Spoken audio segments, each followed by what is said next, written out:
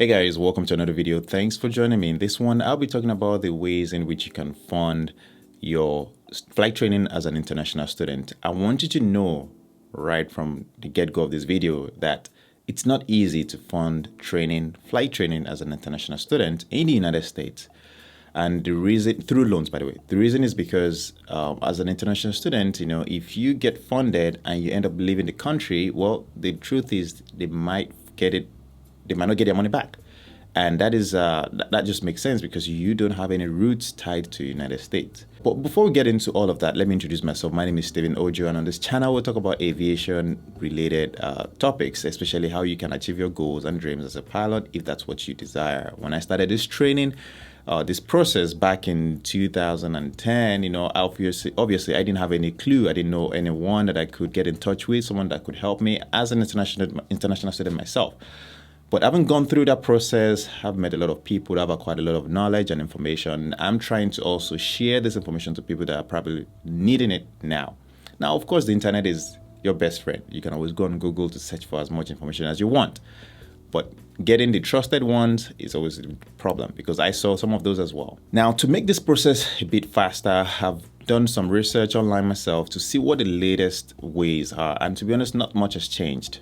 Like I mentioned, it's difficult as an international student to get funds for your training in the United States. Now, one of the first things that you can do is to get scholarships from your home country or grants. Now, in the United States, as an international student, these scholarships and grants are very difficult to get because they always require that you're a permanent resident of the United States or a citizen of the United States. Now, there are some organizations that are out there that can help you to secure some of these loans or grants, but they often require some form of commitment or some form of change in status. Status, I'm talking about like your immigration status. And this is why it can be often difficult as a student to acquire some of the loans here or grants or scholarships. But with that said, there's some churches or there's some organizations. And when I say organizations, you gotta be very careful also because not all organizations are legitimate businesses, okay? And some of them are out there that can, and I won't say there's none, because I've heard of a few organizations out there that have actually sponsored international students. However, some of these organizations do have international ties with your home country, which means technically, you can't run away from them because they have ties with your home country. The second option that I see is to research loan options. Of course, you can always do your own research from your home country. Go to banks, organizations out there that can help you to secure the funds, okay? But generally, watch out for interest rates, okay? Interest rates is how they get you and the commitment that is required because some of them will require that you pay a percentage of your income once you start working. And that could often eat into a lot of your funds by the time you start working. So, but again, it's really up to you to decide what is best for you and how you want to go about achieving your goals. I'm not going to recommend which one is better, but watch out for interest rates and watch out for the type of commitment they're looking for. Are they looking to be taking maybe 10% of your salary when you start working? 10% of your salary then might be a lot, depending on the structure that they provide. From the person that actually asked this question, I'm guessing this person is from Nigeria. I want you to know that there's some organizations out there in Nigeria that can fund. And when I say can, I'm using it in quotes because they promise, but then they send you over and then they default, which means that they promise to send you for training. They send you over for training, you start the training, and then once you're way into your training, they stop providing funds because you know how institutions in Nigeria is. They are very unstable. And that could often lead to disruptions in your training, delays, and frustration. And that's happened to a few guys that I know. If you guys remember, this was back in 2012 or 13.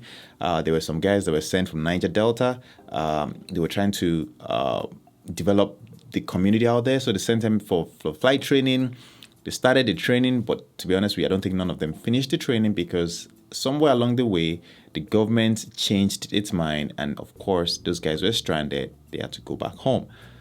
It's something that goes on around there. So there are some organizations out there in Nigeria that can help, but you just have to make sure that you are ready to face the challenges that comes along with it. Now, the next option that I've seen around is the airline sponsored program. Like, for example, some airlines in the world would do provide their own training programs. Of course, they will require that you stay with them after you complete your training and you get your ratings. And this is definitely a good thing for people that have no funds for their training.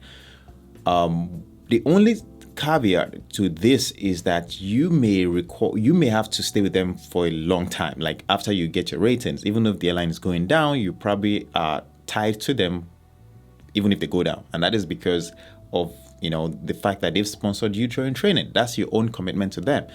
And it's an option. It's something that you should consider, and I'm not going to discredit those type of flight training options, of course, especially if you're in a place where you don't have the funds to train yourself. So with all that said, getting grants, getting scholarships, getting the training program from an airline, all of that, those are options out there. But one thing that I also want you to know is that the easiest ways to get loans in the United States is very easy. And I think I should make a separate video for this, but I'm just going to mention a few of them. The first one is obviously if you have someone in the United States that can help you, someone, maybe a family member or a wife or husband, someone of that nature in the United States that can co-sign for you. And of course, this person must be willing to, make that sacrifice, of course, because it's a huge risk they are taking on your behalf. So that means if you default as an international student, then that means that they would have to be responsible. They will be held responsible for that amount of money. So that's something that you should consider as an option. The other option is obviously changing your status, your immigration status. Now, some people are able to maybe get jobs that will file for them. Now, that's also a very difficult area because if you get a job that could file for you, that means you're in a very unique industry that they need your expertise. And that means that, they want you to stay and they're able to change your status for you from a student to a permanent resident. Now, with that permanent residency information on your immigration status, then you're able to apply for loans, grants, scholarships, and so on. And that's where the option starts to open up. As an international student, what would be my best advice? My best advice is if you can work to save up some money for your training, that's easy. That's the best one. Or if you have people that can sponsor you, like your parents, your family members that can sponsor you through flight training, that's also an easy one. The other thing is to go to your local banks, organizations, or institutions that can sponsor that can, fund your training. That's also a good one. Then you can go to maybe banks, getting loans, and then you are getting into that, place where you're taking this risk, going for training, hoping that this training you will finish training, get a job, and start paying back, because the worst thing that has happened, okay, I've been in the flight training industry for so long now.